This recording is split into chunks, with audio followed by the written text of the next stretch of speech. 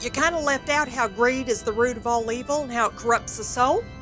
It's in there. It's called subtext. Number 10, Steve Burns as Nathan.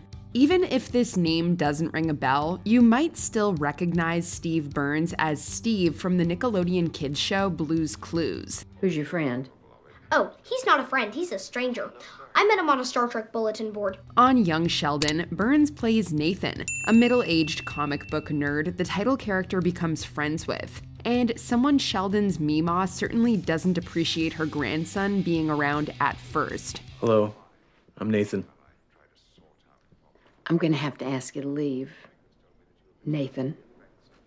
Okay, but I'm taking my tape with me. That's fine. No, I need to see the end. No, you don't. Nathan ends up being a good casual friend for Sheldon, though he may be too old to be hanging out with a kid. Playing Nathan isn't the only contribution Burns has made to Young Sheldon, as he's also supplied the show's theme song, Mighty Little Man. Well, he's dressed as Dr. Smith from Lost in Space. Oh, I've never seen it. Yeah, well, you're not missing much. It was a lame kid show. I'm sorry, lame kids show? For your information, Star Trek wouldn't exist without Lost in Space. Number 9, Dave Foley as Gary O'Brien. This The Kids in the Hall member has appeared in a few episodes playing an obnoxiously wealthy businessman named Gary O'Brien. My ultimate goal is to one day devise the grand unified field theory. You're one of those, are you? The university Sheldon attends initially wants him to dine with O'Brien in hopes that the businessman will cut the university a big check after meeting the prodigy. Well, Kirk-Gödel's incompleteness theorems eliminate the possibility of a unified theory. You honestly believe that? However, our protagonist, not feeling that Mr. O'Brien is his intellectual equal, tells him off in blunt Sheldon-esque fashion. Tell me more about how Einstein's life goal was nothing but folly. Foley has since returned in the role, with the character becoming even more eccentric. It's great to watch Sheldon being forced to put up with O'Brien's absurdity. I smiled and nodded like my Meemaw's Houston Oilers bobblehead. And I also discovered a way that we could predict the masses of all the known particles using the Egyptian pyramids. Number 8, Penn and Teller as Acne Vulgaris and Pus. This is just a pimple. How can you be sure it isn't chickenpox, or smallpox, or monkeypox? When Sheldon develops a pimple, the comedic duo appear, Penn as a personified version of acne, and Teller as his partner Pus. Not benzoyl peroxide! I'm melting! I'm melting! Give me a break. Together, they break down the significance and implications of Sheldon's situation as Penn discusses the details in a lively manner, while Teller sits quietly and plays off him. But like a caterpillar transforming into a butterfly, things need to get a little weird along the way. How can people not like us? According to TV Line, series co-creator Stephen Malero and the team thought Penn Jillette would be perfect when deciding who to bring on as the Zit. Watching the star's over-the-top delivery that manages to be both obnoxious and charismatic, we would have to say this casting decision was the right call. That was awesome! And Pus is available for children's parties. Number 7, Lance Reddick as Professor Boucher. The late actor manages to be both intimidating and hilarious as Sheldon's engineering professor, an armed services veteran who runs his class with discipline. I'm aware that the class is now starting at 0901. Is it all right with you if I begin? At first, Sheldon appreciates this strict teaching style. Ooh, can I be number 1? That's what Captain Picard calls Commander Riker on Star Trek Next Generation. You need to listen more and talk less. But that also changes once it forces him to struggle with a difficult assignment. Sheldon rarely meets his match, so it's nice to see Reddick's character put him in his place without breaking a sweat. Well, to start, this bridge is in pieces. What do you mean? It's a long-running gag in The Big Bang Theory that Sheldon had disdain for engineers, and Reddick's fantastic appearance helps explain the reason why that is. When he realized it was locked, his face fell into shock and disbelief. Nice. Show me. Do the face.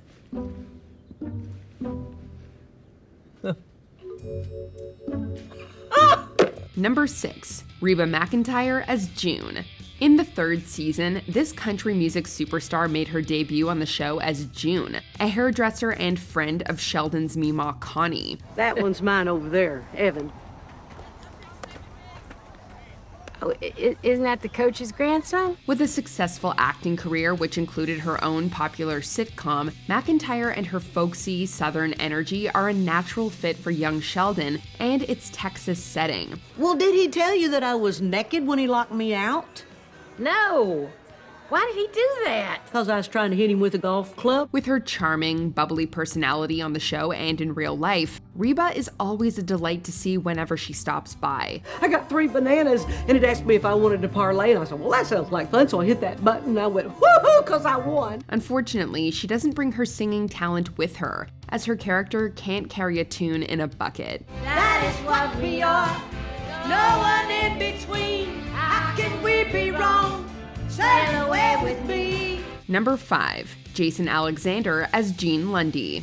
The comedy veteran plays Gene Lundy, an oddball drama teacher at Sheldon's high school. I checked out a book on acting, so I should have the hang of it by then. Well, I like that confidence. Passionate about his craft, Mr. Lundy is up to play any role available, whether it's the Dark Lord Satan or Little Orphan Annie. Pleased to meet you. I go by many names. Satan. And he's not afraid to ham up his performance for the crowds, either. Sun'll come out tomorrow. Bet your bottom dollar that tomorrow. In later episodes, the character participates in business hustles such as creating an exercise tape and pushing a cosmetics pyramid scheme. Leave it to the man who played George Costanza on Seinfeld to give life to a character so shameless. You kind of left out how greed is the root of all evil and how it corrupts the soul. It's in there. It's called subtext. Number 4. Bob Newhart as Arthur Jeffries, also known as Professor Proton. Newhart reprises his unforgettable role as Arthur Jeffries from The Big Bang Theory, for which he had won an Emmy. Professor Proton, it's an honor to meet you. Just call me Arthur. In the pilot episode of Young Sheldon, we finally get to see Newhart play Professor Proton, the host of a science education show that Sheldon loved in his childhood. Can a clock be powered by an ordinary potato?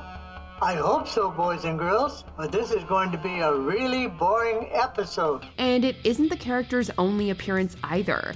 Each time we see him, Newhart brings his classic straight-faced delivery to a man clearly living a life of quiet desperation. Your mother wants you to swim. George. Mom!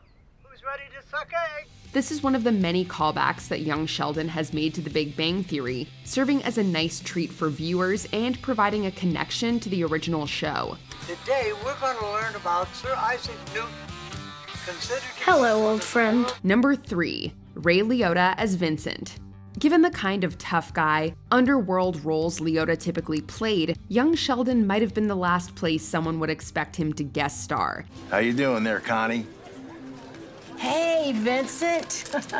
What brings you to Louisiana? Wait, don't tell me. You're here to see Tony Orlando.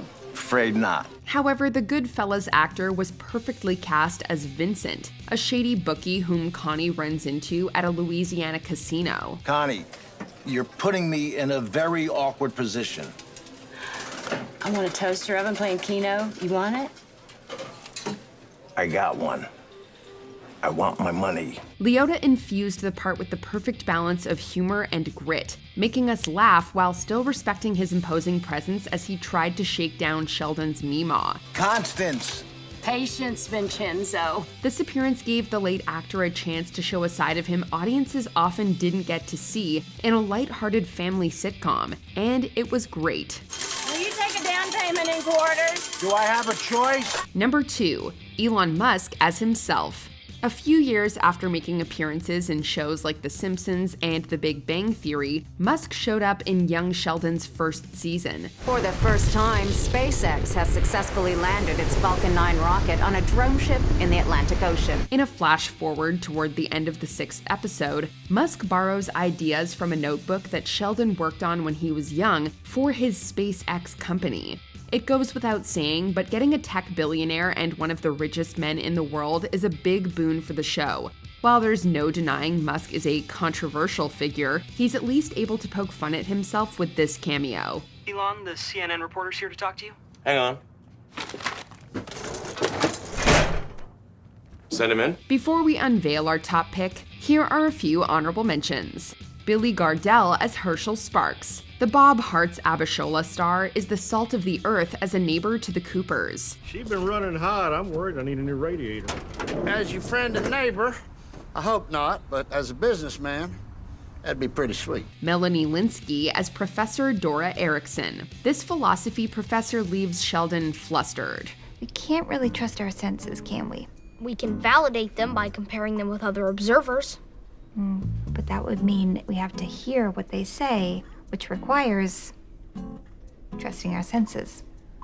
Do you see a problem with your argument, Mr. Cooper?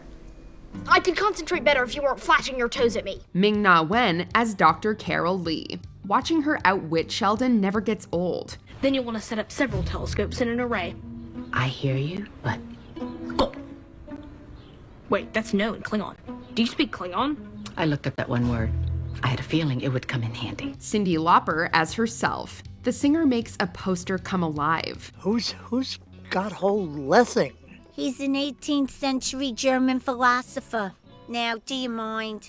We girls are trying to have some fun over here. Apologies. Sorry, Cyndi Lauper. David Hasselhoff as himself. Is there anything the Hoff can't do? Let's saddle up and ride. Thanks to the Hoff, the video was a smashing success. Number 1, Mayim Bialik as Amy Farrah Fowler. One great callback young Sheldon has made to The Big Bang Theory is having main cast members from the original show on as guest stars. Simon Helberg, for instance, has returned as Howard to notably talk about engineering. What else? Engineering has a rich and storied history dating back to ancient times. Some consider it the single most important field of study known to man, from the wheel to the International Space Station, which I went to. Honestly, this again? Kaylee Cuoco, for her part, showed us what she could do as pool water. My pH level is 7.4, and with 3 parts per million of chlorine, I'm cleaner than your daddy's plate after Thanksgiving dinner. Wow, that's pretty clean. However, our favorite of these appearances has to be Mayim Bialik. She once again plays Amy Farrah Fowler, Sheldon's partner, as we hear her voice in the narration. I wanted his name to be Leonard Nimoy Cooper, but Amy wouldn't let me. Be happy I let you name him Leonard. Okay. Love you. Love you too. Her feisty personality is a great contrast to his stubborn attitude, and we love getting tastes of it on young Sheldon just as much as we did on its predecessor. Money is a frequent source of conflict in a relationship. Thankfully, that's never been a problem for us. It says the woman who took away my comic book allowance. To start a college fund for our children. Comic books are an investment.